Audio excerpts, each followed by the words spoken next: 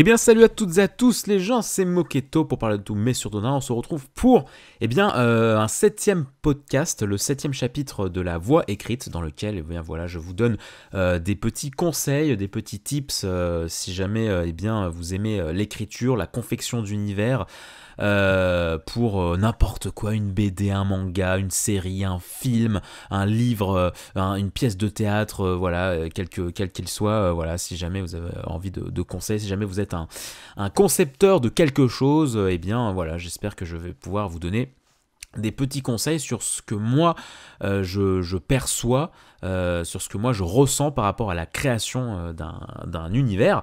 Et vous ne croyez pas si bien dire que univers c'est un terme qui n'est pas choisi au hasard, puisqu'aujourd'hui nous allons parler du lore, du folklore d'une histoire. Alors, deux précisions avant de commencer. Déjà, je suis pas sûr d'employer le bon terme, parce que en faisant des petites recherches, je me suis rendu compte que le lore, le terme lore, est surtout attribué, je crois, hein, pour le jeu vidéo.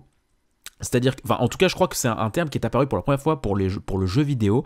C'est-à-dire que lorsque vous avez un jeu et il va y avoir un spin-off qui va sortir à côté, qui va exploiter une autre partie de l'univers du premier jeu.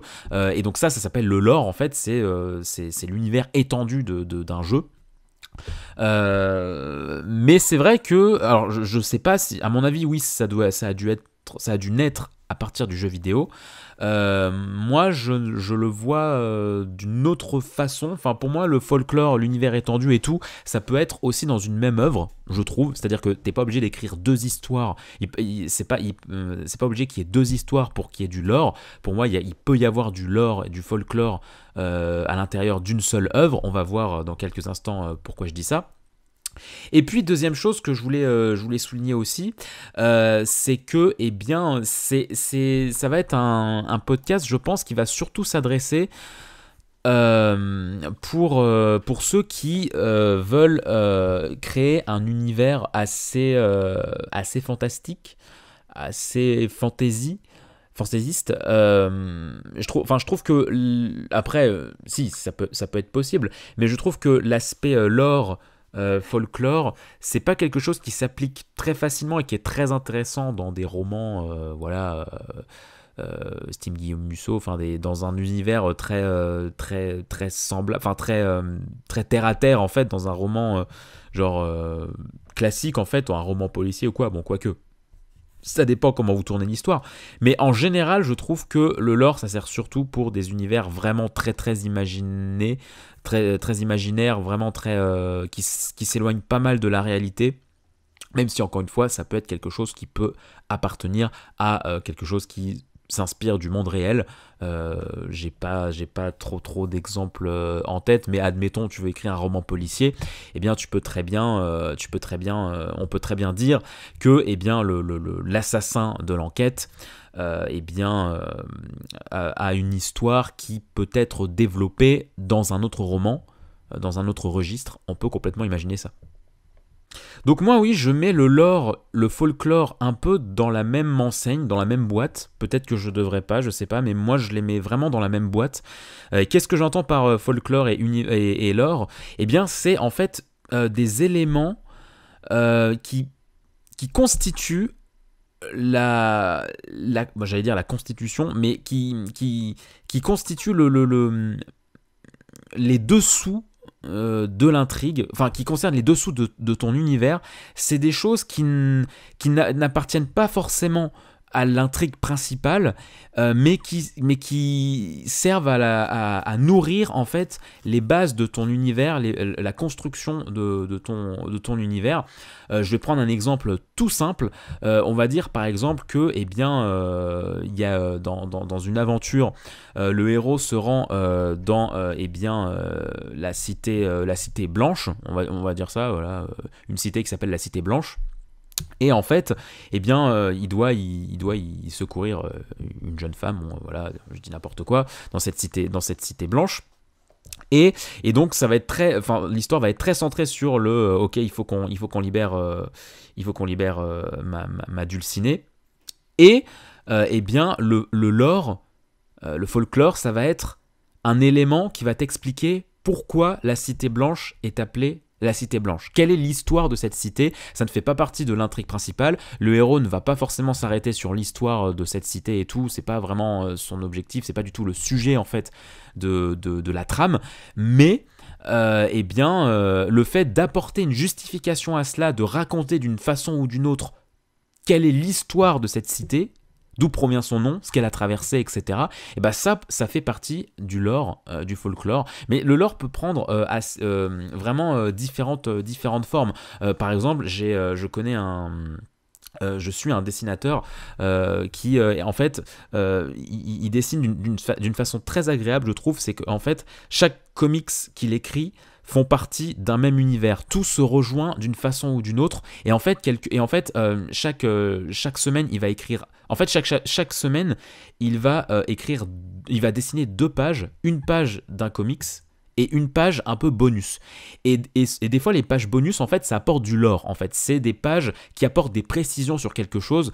Admettons, je sais pas moi, on voit... admettons dans un comics, l'héroïne a un chat, et une des pages bonus une des pages bonus, enfin genre il va y avoir une page du comics où on voit l'héroïne qui parle à son chat, qui lui fait plein de ronrons et tout, et la page bonus de la semaine, ça va être, je sais pas, une page flashback où tu vois la jeune fille qui adopte son chat et qui du coup le rencontre pour la première fois. C'est ça en fait pour moi le lore, le folklore. C'est des sortes des précisions, des bonus, des apports qui nourrissent l'univers sans pour autant être le sujet de l'intrigue. Alors la question qu'on pourrait se poser, c'est à quoi sert le lore? À quoi sert le folklore? À quoi sert d'apporter des précisions, de trucs qui ne sont même pas essentiels véritablement à tout ça.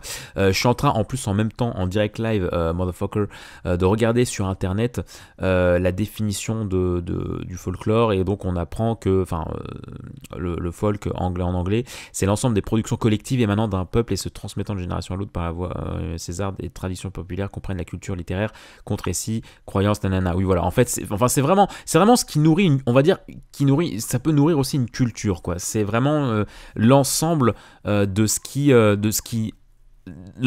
fait la richesse de votre univers. Donc à quoi sert en soi le lore? En fait, ça apporte, je trouve, un réel degré de réalisme à votre univers. Je trouve que ça aide grandement au lecteur de s'imprégner de l'histoire que vous écrivez, de l'univers que vous créez. Pour moi, dès que je pense lore, dès que je pense folklore, je ne peux pas m'empêcher de penser à Tolkien, aux écrits de Tolkien, où quel que soit son roman, mais c'est d'une richesse de détails incroyable. Dès qu'un personnage va arriver dans un lieu, tu vas sentir toute la culture. Il va prendre du temps pour t'expliquer certaines cultures, certaines coutumes en fait. Et à côté de ça, bon, c'est un grand malade que j'admire profondément. Il allait t'écrire des chansons ou des bouts de texte ou des romans entiers pour t'expliquer un petit truc, ou en tout cas te développer un lieu où dans son intrigue principale du Hobbit ou du Seigneur des Anneaux, on y passe juste entre guillemets, hein, parce que ça peut durer une dizaine de chapitres, ça peut durer des lignes et des lignes, mais il peut y avoir un moment où dans l'intrigue, dans ces romans principaux, les héros vont passer dans un lieu où ils vont y rester tel temps, mais tu vas apprendre via d'autres récits, via d'autres textes, que dans ce lieu précisément, il y a eu des grandes batailles, il y a eu tel monstre qui est un jour arrivé et tout machin, des choses qui sont peut-être un peu évoquées dans l'œuvre originale, mais pas développé plus que ça. Et c'est vrai que moi je trouve que tout ce qui appartient à l'univers étendu, tout ce qui appartient au lore, ça permet au lecteur de se poser des questions, et ça permet inconsciemment, je trouve, de montrer au lecteur qu'il y a une réelle histoire dans l'univers que vous créez. Il y a une temporalité, il s'est passé des choses c'est pas fouillis, c'est pas hasardeux. Ça permet aussi de prouver au lecteur, en tout cas celui qui suit votre histoire, que il sait où il est emmené. Il sait qu'il n'est pas emmené en bateau. Il sait qu'il est guidé dans un monde qui est construit, qui a des bases solides. Et surtout, eh bien, ça permet aussi, je trouve, comment dire, ça permet d'apporter du réalisme. Moi, je trouve qu'il y a rien de plus plaisant quand on voit, je sais pas moi, on arrive dans un lieu. Alors là, effectivement, ça parle plus pour un. Bien évidemment, ça peut s'appliquer à d'autres types de romans, enfin à d'autres types d'histoires, mais là, je peux pas m'empêcher de penser à des histoires assez fantastiques. Mais voilà, moi, je peux pas m'empêcher de prendre l'image en fait d'un héros qui arrive dans une église et qui va voir des bas-reliefs ou des statues de grands dieux, en fait, de grands personnages mythiques. Et en fait, du coup, moi je trouve qu'il n'y a rien de plus intéressant de comprendre que, ok, les gens qui vivent ici, ils nourrissent un vrai culte pour certains personnages. Le tout est de savoir, on ne sait pas forcément pourquoi, ni comment ça s'est fait, etc. Est-ce que la ville a été construite par rapport à cette croyance? Est-ce que la croyance a été apportée, etc. Moi je trouve que c'est terriblement plaisant lorsque vous arrivez dans un univers, dans un lieu, et que vous sentez que ce lieu a du vécu. Moi, c'est ça que je trouve très intéressant, c'est quand on voit qu'un lieu a du vécu. Par rapport notamment à la réalité, à notre monde qui nous entoure. Souvent, on prend la France et tout, genre les pays européens, comme étant pas folichon. Enfin, je sais qu'il y a pas mal de gens qui sont pas hyper intéressés par l'histoire en général de l'Europe ou de la France, etc. Mais qui par contre vont être éblouis et vont avoir des étoiles dans les yeux dès qu'il va s'agir des États-Unis. Par exemple, et je trouve ça dommage parce que j'ai eu la grande chance, alors là vous êtes en train de me dire mais où est-ce qu'il m'emmène, c'est quoi le rapport? Mais attendez, j'y viens. J'ai eu la chance effectivement d'aller aux États-Unis et c'est vrai que il y a un truc qui est mine de rien assez frustrant avec les États-Unis, c'est que c'est un pays qui est profondément jeune en soi. Il est jeune parce que c'est un pays qui a été colonisé, on a défoncé toutes les cultures pour y mettre la culture, on va dire dite moderne, et c'est vrai que ce qui est assez perturbant, je trouve, quand on va aux États-Unis, c'est de se rendre compte à quel point c'est un pays qui n'a pas vraiment d'histoire. C'est juste un pays qu'on a construit, mais tardivement en fait, qu'on a vraiment construit comme on voulait, dans une certaine modernité. Il n'y a pas ce côté, voilà, il y a eu des rois, il y a eu des grandes batailles. Alors bien évidemment que si, il y a une histoire en tant que telle, mais l'histoire n'est pas... elle n'est pas aussi poignante, elle n'est pas aussi riche que ce qu'on peut avoir en France, que ce qu'on peut avoir en Espagne, en Angleterre, au Japon. Voilà, ça c'est des pays qui ont vécu très très très très très longtemps. Et les États-Unis aussi, mais le truc c'est qu'on a complètement rasé l'histoire, on ne sait quasiment rien de l'histoire qui a pu y avoir pendant des siècles et des siècles, vu qu'on a défoncé toutes les cultures.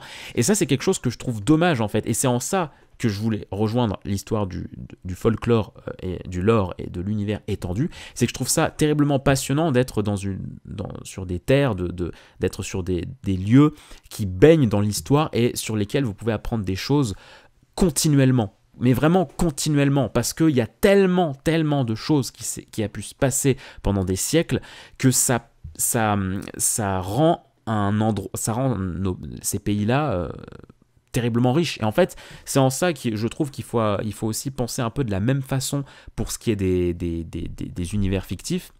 C'est que plus vous créez une histoire autour de votre intrigue, et plus il va y avoir une richesse agréable, et plus vous allez aussi en plus pouvoir détailler des choses facilement. Quand vous avez des choses en tête, une histoire en tête, mais qui pourtant ne fait pas partie de l'intrigue principale, vous allez avoir plus ou moins régulièrement envie d'un peu développer ça, de teaser en mode voilà cette église devant laquelle se réunit 80% de la population à 19h mystérieusement, etc. Parce que derrière il y a une raison, parce que c'est à cette heure précise que selon une légende un dieu serait venu déposer je sais pas une fleur devant un roi, etc. Voilà, ça permet en plus d'ajouter des détails. Si jamais vous êtes en plus, vous avez du mal à détailler vos intrigues, ou faire des descriptions, ça permet en plus d'ajouter ça. Mais alors là, vous allez me dire, mais alors comment faire pour avoir comment construire un lore en fait, enfin comment construire un folklore, comment construire ce que tu es en train de dire depuis tout à l'heure, Moquette, comment faire? Alors, c'est vrai que ça peut prendre plusieurs formes. Je trouve le lore, pour moi ça peut prendre trois formes. Ça peut prendre une forme temporelle, une forme spatiale et une forme de personnage. J'en parlais dans un précédent podcast quand on parlait des personnages, et que je disais que, enfin des fiches personnages, et que j'expliquais que dans une fiche personnage, il faut qu'il y ait le plus de détails possible qui puissent apparaître sur un personnage, sur sa vie, etc.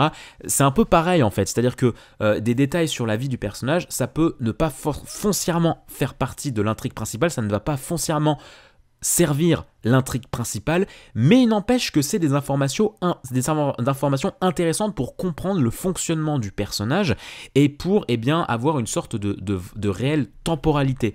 En fait, ce qui est très important, je trouve, c'est que en général, le lore, tout ça, il vaut mieux le mettre en place le plus tôt possible. Je pense pas que ce soit une très bonne idée de le faire en cours d'écriture. Pour moi, c'est quelque chose qu'il faut vraiment faire en amont, mais vraiment en amont. Alors c'est vrai que ça fait genre pas mal de trucs qu'il faut faire en amont, entre scénariser son histoire, faire des fiches personnages, etc. Mais c'est vrai que moi je trouve que mais quand tu veux te lancer dans une histoire et que tu veux avoir à supposer que tu veux que tu veuilles un univers assez détaillé, pour moi tu ne peux pas te lancer comme ça à l'inconnu sans préparer un minimum le terrain. Tu vois un peu les jeux style Age of Empire ou des jeux un peu comme ça, de construction, etc. Là, c'est un peu la même chose. Avant de mettre tes personnages, avant de mettre ta civilisation qui avance un peu à gauche à droite et tout, machin, t'as juste un plateau vide. Et donc, à toi tu désignes un petit peu mettre quoi où. Et après, tu développes pour chaque lieu une petite histoire, une petite temporalité. C'est assez important aussi parce que y a pas que en cinéma que tu peux faire des faux raccords. Il y a aussi en créant une histoire, c'est-à-dire que admettons tu mets en place dans un moment de ton histoire qu'il y a 200 ans, un démon a frappé une ville. Si dans un chapitre numéro 25, tu dis que dans cette ville il y a 400 ans, la ville a subi un fléau d'un démon que tout le monde connaît, ouais, mais non, là ça couac parce que le démon il est censé être apparu il y a 200 ans et pas il y a 400 ans. Donc c'est important aussi de fixer une temporalité et des lieux, parce que énumérer des événements qui font partie du coup de la construction de son univers, mais ça peut être des événements plus ou moins importants, ça peut être voilà, comme je le disais, la création d'une ville, d'une civilisation, ou ça peut être la mort d'un parent d'un personnage, voilà, tout ce qui en tout cas apporte de la précision sur les éléments de ton intrigue. C'est des choses sur lesquelles il faut être entre guillemets préparé, il faut être sûr que ce soit clair dans ta tête avant même de lancer, je trouve, une intrigue. Et puis voilà, le mieux c'est de l'écrire, bien évidemment. Moi je fonctionne beaucoup j'ai besoin que ça soit rangé pour que ce soit clair, j'ai besoin que ce soit illustré, notamment. Alors je me souviens quand j'étais il y a longtemps, ouais, il y a pas mal longtemps, quand je créais des petites histoires, je dessinais une carte en fait. Je prenais une feuille blanche, j'écrivais, je faisais un contour un peu pas très strict. Enfin voilà, je faisais un contour très abrupt, très hasardeux, pour faire une sorte de carte, une fausse carte, et puis je mettais dessus des lieux en fait, et tout, je donnais un nom à chaque lieu, à chaque forêt et tout machin, et puis pour chaque lieu j'essayais de détailler un maximum des détails en fait, pour que lorsque mon personnage ira à cet endroit, je mettrai en avant toute l'histoire en fait du lieu pour s'y imprégner le plus possible. Et pareil pour les événements, pour les événements chronologiques, c'est assez important. Moi, je m'étais beaucoup, à un moment, je m'étais aussi beaucoup inspiré par rapport à des jeux, à certains jeux. Notamment Kingdom Hearts, qui doit être un des jeux qui a le plus de lore qui soit, tellement il y a d'opus sur différentes consoles, etc. Alors c'est encore un peu différent, parce que même des choses du lore sont très très importantes pour l'intrigue principale, donc je sais pas si c'est un très bon comparatif, mais en tout cas, je me rappelle que quand j'étais au collège, un truc comme ça, je m'étais lancé sur l'opus DS de Kingdom Hearts, et je comprenais rien à l'histoire, et du coup je m'étais perdu sur un site pour un peu comprendre ce qui s'était passé avant les événements du jeu, parce que je pensais que le jeu c'était juste un jeu, mais en fait non, il y avait 3-4 épisodes avant celui-ci. Le jeu s'appelait pas du tout Kingdom Hearts 4, tu vois, il s'appelait Kingdom Hearts machin, et donc je savais pas en fait qu'il y avait vraiment beaucoup de choses qui s'étaient passées avant, et donc je me suis perdu sur un site qui récapitulait un maximum chronologiquement ce qui s'était passé dans la saga, et ça, je me souviens, ça m'a beaucoup marqué, parce que ça m'avait forgé une sorte de mentalité où en fait, mais en fait c'est super intéressant, c'est super plaisant à lire. Moi je sais pas pour vous, peut-être que vous trouvez ça nul, mais moi je trouve ça super plaisant quand vous débarquez dans un univers et que vous n'avez pas tout en tête, d'avoir une liste des événements qui a pu se passer chronologiquement. Donc tu vois, genre moins 500, il s'est passé, machin a rencontré machin, machin a trahi machin, ce qui fait que est découlé telle action, en moins 200 on suit maintenant la descendance de tel personnage, machin, et vraiment qui est une sorte de listing de chaque année ou de chaque grande période d'un univers. C'est un truc que je trouve passionnant à lire à chaque fois. Je sais pas pourquoi ça m'éclate des fois quand j'ai pas envie de me faire toute une histoire, de me farcir toute une histoire et tout, j'aime bien avoir un répertoire de ces événements, et ça en fait c'est le truc qu'il faut faire dans l'idéal pour votre propre histoire. Genre vous résumez ce qui a pu se passer par le passé, parce que si vous voulez que votre univers soit riche, il sera forcément question à un moment ou à un autre du passé de votre univers, que ce soit en termes des lieux, en termes de la géopolitique de votre univers, ou alors pour les personnages que vous créez. Voilà en tout cas ce que j'avais à vous dire, à vous partager concernant l'univers étendu. Alors encore une fois, je m'excuse si le terme n'est pas le bon. Moi je peux pas m'empêcher d'employer le mot lore pour désigner ce qu'il y a autour d'une intrigue en fait. Je sais pas si c'est le terme exact, parce que en fait c'est vrai que lore tu peux le mettre un peu en adéquation avec univers étendu. Et en général, tout ce qui touche à l'univers étendu, c'est des trucs qui sont constitués à part de l'histoire. En général, il y a qu'à voir Star Wars, qui a un univers étendu de fou.